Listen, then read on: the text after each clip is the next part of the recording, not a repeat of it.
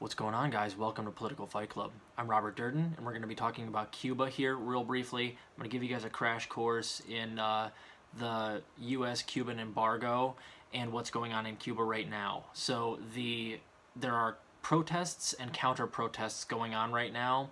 Some people are protesting the Cuban government, which the narrative that like the Joe Bidens and the neoliberal shit zippers are going with right now is that it's a brutal regime and the people are protesting their awful government, and all of the horrible things that are going on in Cuba right now have to do with their brutal regime, which they're just setting themselves up to basically topple the Cuban government and install a dictator like we do all over the world.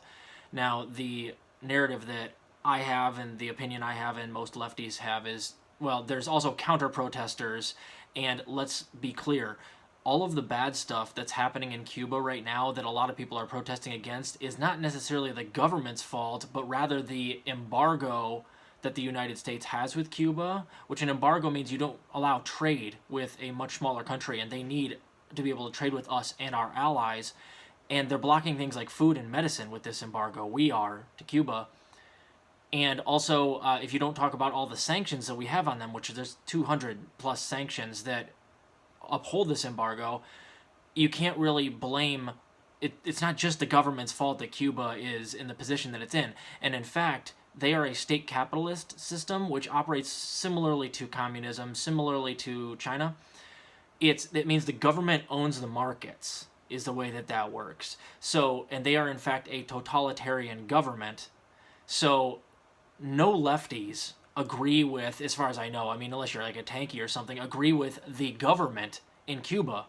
But you can't have this conversation about what's going on in Cuba and then conveniently leave out that the main factor that caused Cuba to be in the strife that it's in right now is the embargo and the sanctions. If we were to lift all of those things, I'm going to argue that, yeah, they'd still have a totalitarian government that we have to deal with, or I would say we just we stay out of it. I think we just let them vote, let them figure out a way to deal with it themselves. I'm kind of a hands-off approach kind of guy when it comes to intervention, because here's the thing. As soon as the Biden administration has labeled this some sort of like, what happened with Assad and Gaddafi and Saddam and Osama, as soon as they label somebody like, a brutal regime, terrorist organization, whatever, they're just going to go in and topple the government. That's what they do. And we can't let that be the narrative that sticks without at least talking a little bit about the fucking embargo and the sanctions that caused Cuba to be where they are right now. So like I said, they are a state capitalist / communist society, which is totalitarian, okay? Nobody I know is pro the Cuban government. That's not the conversation we're having here. Most people that are on the left are very much libertarian lefts and are therefore way down on the spectrum, the political spectrum, from what Cuba is. But you can't deny that the socialist aspects of their society, like they all have universal health care, and their education system has, gone forward leaps and bounds over the last 100 years. That's because of the socialist aspects that they're still able to get through in their system. The problem is that they're authoritarian and that their government owns all of their markets, and that is not good, and nobody that I know wants the United States to go anything towards a system like that. I would argue we need to have kind of like what Finland has, which is a high amount of unionization, but still plenty of free markets, so that the people always have, since there's like 81% unionization in Finland, wages are high, they have universal health care, they have like, a 30-hour work week, all this paid time off, workers are happy, they're always number one on the happiness index, you can get everything you really want and live comfortably in that country, but they have plenty of free markets because there's so many unions that their workers never get exploited the way they do in our system here, in the capitalist system, or in, yes, like a Chinese system or like a Cuban system. So nobody's arguing for the Cuban government. We need to clear that up right away.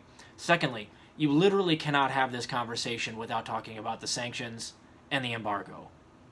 If you are, you're not having an honest conversation, because that's the main driver to what's happening right now. And here's how the narrative goes, guys. The United States puts the embargo on in the 1960s, early 60s. And this had to do with the Cubans nationalizing their oil and taking over some of the U.S.-owned oil refineries. So it was in reaction to that. So we started building up this embargo that got worse and worse and worse. So it's been going on 60 years now. And you can't get medicine, food. You're going to necessarily cripple a country when you put that type of sanction on it. And then that's the playbook. That's the first play in the playbook for the United States, is that they cripple a country, make it look like it's some sort of brutal communist regime, which it's not, so that they have a narrative so they can go in and topple a government. They do this all the time. This is the CIA playbook, guys. So we need to make sure we're having the conversation in its entirety here. And also, let's be clear, I don't know any lefties who are pro like the Cuban government and the way the Cuban government really runs things, because that's state capitalism. I don't know many people that are for state capitalism. Maybe hardcore tankies, I don't know exactly where the divisions are when you get into that area. But most lefties I know are highly libertarian, like me, and they want nothing to do with a system that has to do with the way that the Cubans run it. In the United States, we don't want to be like Cuba or Venezuela or China. We don't want anything like that. I'm arguing for Finland or Scandinavia, so let's make the distinction here. Let's be clear. And I would love to do a hands-off approach with Cuba.